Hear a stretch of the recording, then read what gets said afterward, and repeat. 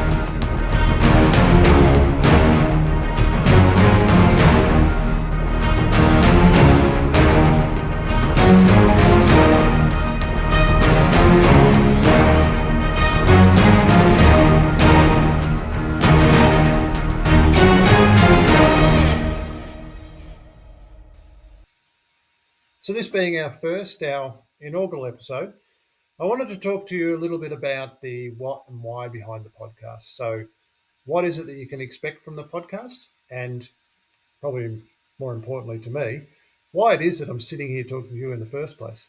And it's about three important things. It's about politics, it's about ownership, and it's about influence. Now, bear with me because I can almost hear the collective moan, and I'm envisaging all those eyeballs rolling into the back of the head at the mere mention of politics, and I get it.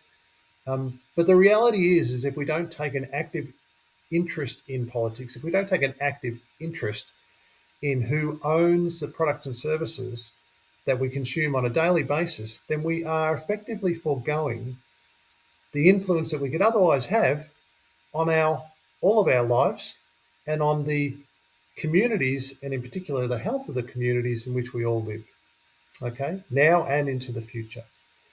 As we all know, there'll be plenty of powerful individuals, mostly coming from that 1%, who gleefully step into that void and exert their own influence, particularly targeted at our political systems. And as the saying goes, always back the horse named self-interest.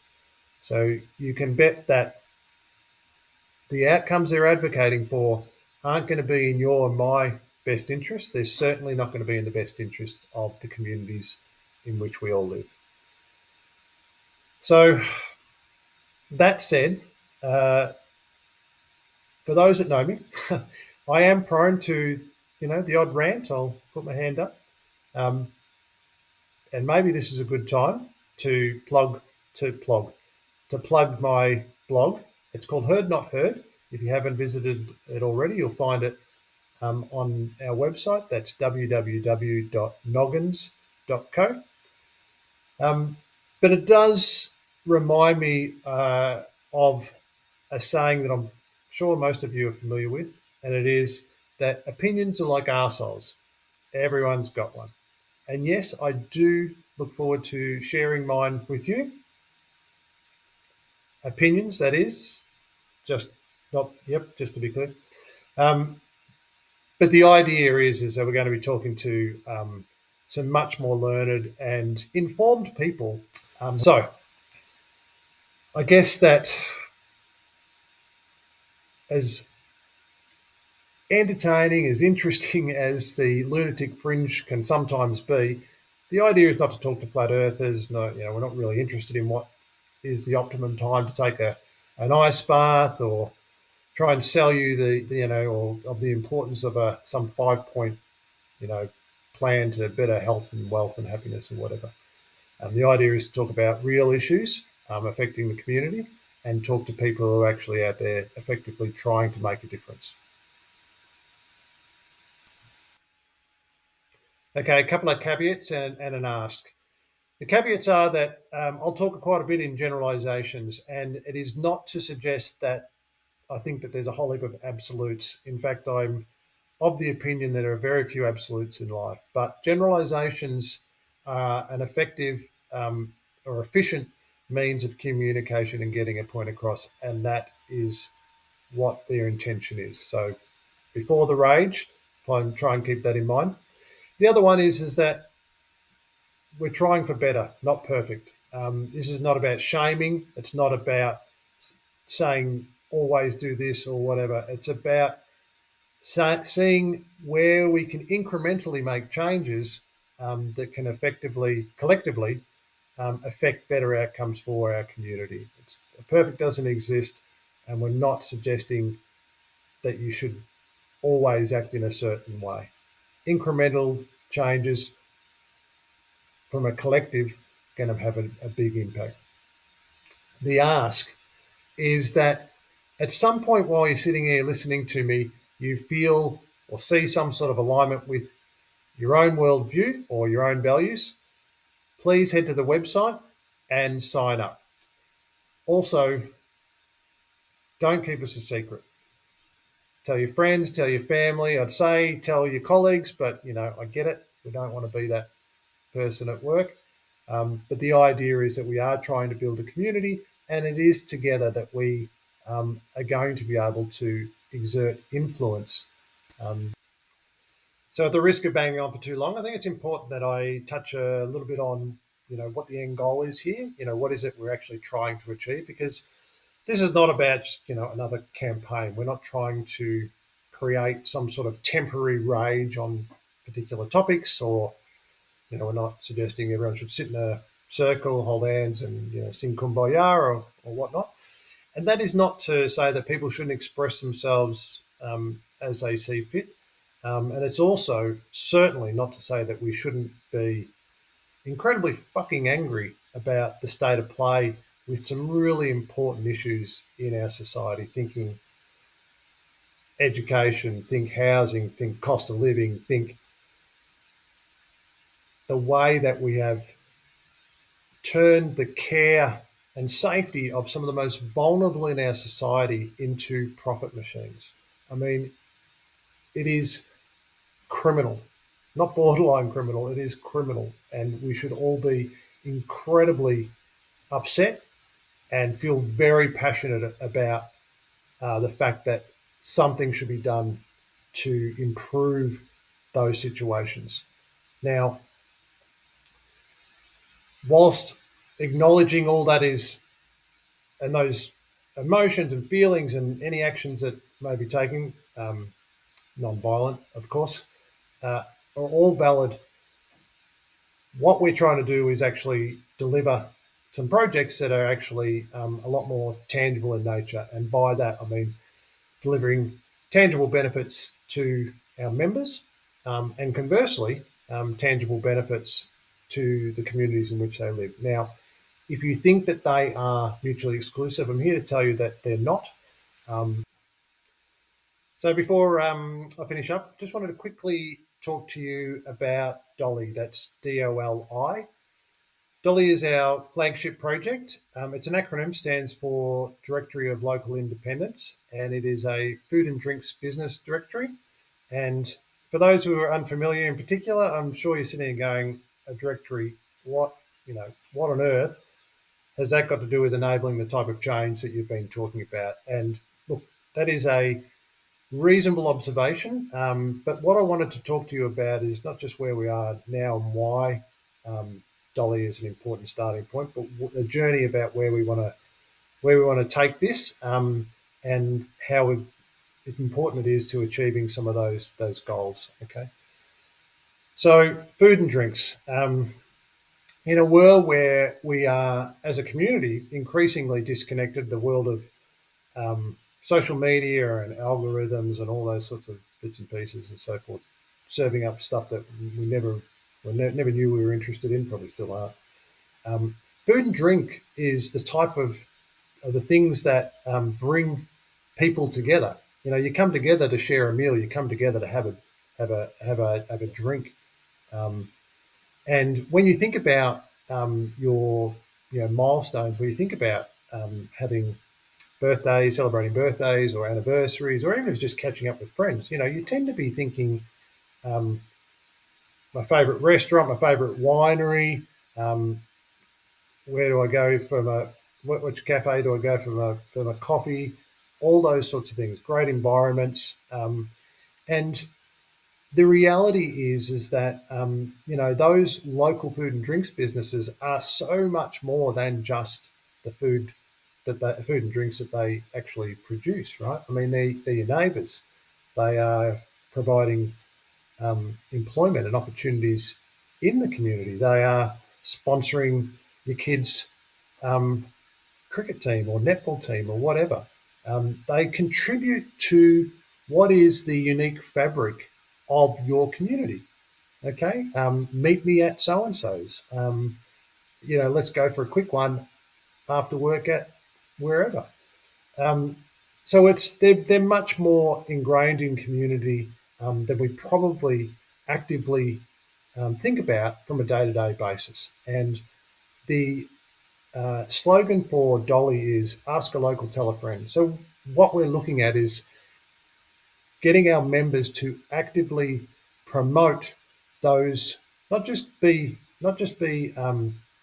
customers, but to actively promote those businesses um, through uh, both interacting with them on the website, by giving them great ratings and so forth, but I also by telling their friends and family and so forth that they're there and that they recommend them and all those sorts of things. It's also for me as an outsider to your community when I'm coming in, it's like, well, I don't want to go to the place that the locals don't go to, that the locals don't rate. I want to go where you guys get your coffee. I want to go where you guys eat your Indian food. I want to go to the winery that you guys all love the Shiraz from, which I'm a bit partial to. But those are the sort of community connections that are important. And why a directory? Well, directories put you in control. A directory doesn't have all the algorithms. A directory isn't us bombarding you with suggestions and so forth. It gives you a direct relationship between the members and the businesses, right? And there's a third really important factor in this that is about also contributing community health. So, we catch up with friends and family, feel connected over meals and drinks and so forth, which is great for the community well-being and all those other reasons we've talked about.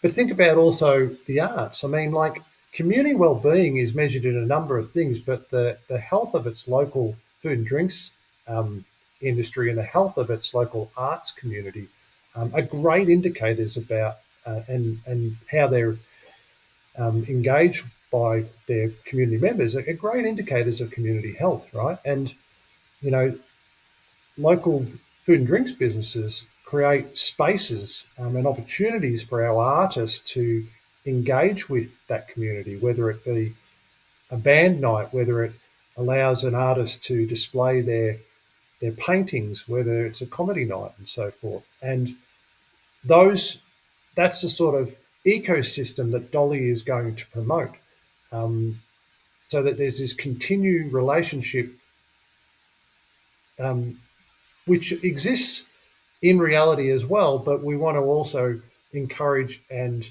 duplicate and expand through Dolly, the website, as well. Now, of course, that's all well and good, and as I said, look, that exists already there to a degree. And whilst we are looking to promote and expand or make that more dynamic in the way that we actually search for those interactions and view them.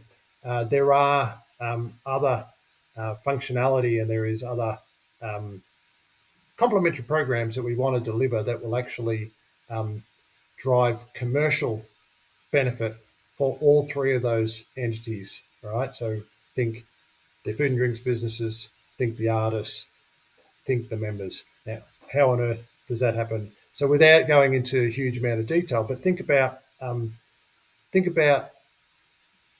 capital, think about wealth. $1 million, whether it is controlled by one person or controlled by 10,000 people, is still $1 million. So think that membership base coming together to have, for want of a better term, some sort of collective buying program where, and I'm not talking about going and buying, 10,000 members walking into the pub and trying to drive down the cost of a pint. We're talking about some of those big cost of living pressures. Think about things, without naming them, big ticket items in your portfolio of costs, for one of better, I don't say portfolio, but whatever, in your monthly costs or your annual costs or whatever, that you're having to buy from a big corporate somewhere because there aren't any other options. But you feel like they're always just going up and up and up, and their profits are always going up and up and up, because that is what big corporates are designed for. Like, and we it's not a. So the point isn't just to sit here and, as much fun as it is, just demonize big corporates.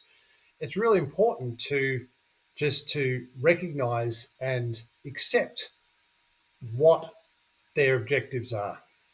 Now, once we get past that, it allows us to appreciate that the divide and conquer or all going it alone isn't getting us the best outcomes. And as a collective, we can get a much better outcome for all. And that is the point of some of the programs that we'll be delivering. And, it's not about then also just delivering benefits to individual members. It's about creating an ecosystem. So yes, collective buying is a big part of that, collective buying, for want of a better term. But think more about, again, for want of a better term, rewards programs or loyalty programs and so forth. And think about them in the context of a community economic zone that is continually leveraging one for the other. So leveraging the community buying to go and interact with your local restaurants and to go and see a live act and to send a gift voucher across the other side of the country to a close friend who you don't get to hang out with all the time, without the need for some big corporate always having a finger in that pie, taking out value continuously. So think about the community economics as a loop that tries to retain the wealth within that community to the community's benefit. And that is, at a very, very big picture, the objective of both Dolly and some of the programs that we're looking to do. Now, it doesn't just start and end with Dolly. That is our flagship. It is about, not just about that commercial leverage. It is about having a collective where we can exert political influence as well, but more of that later. So in a nutshell, I know that you've probably got many, many, many questions, and I wish I had more time to go down some rabbit holes with you, but I've got to tell you, this has been an incredibly humbling and difficult experience trying. I won't bore you with how many takes I've had to go at trying to succinct the message down to a digestible format. I hope I've had at least a little bit of success, and that if you have seen some alignment with your own world values and worldview, that you'll jump on board and become a member. I do hope to get better at this as we go on this journey. I hope you will continue to come with us as we look to connect the dots. And I hope you're all having a fantastic day. Hope to see you again soon. Bye for now. Cheers.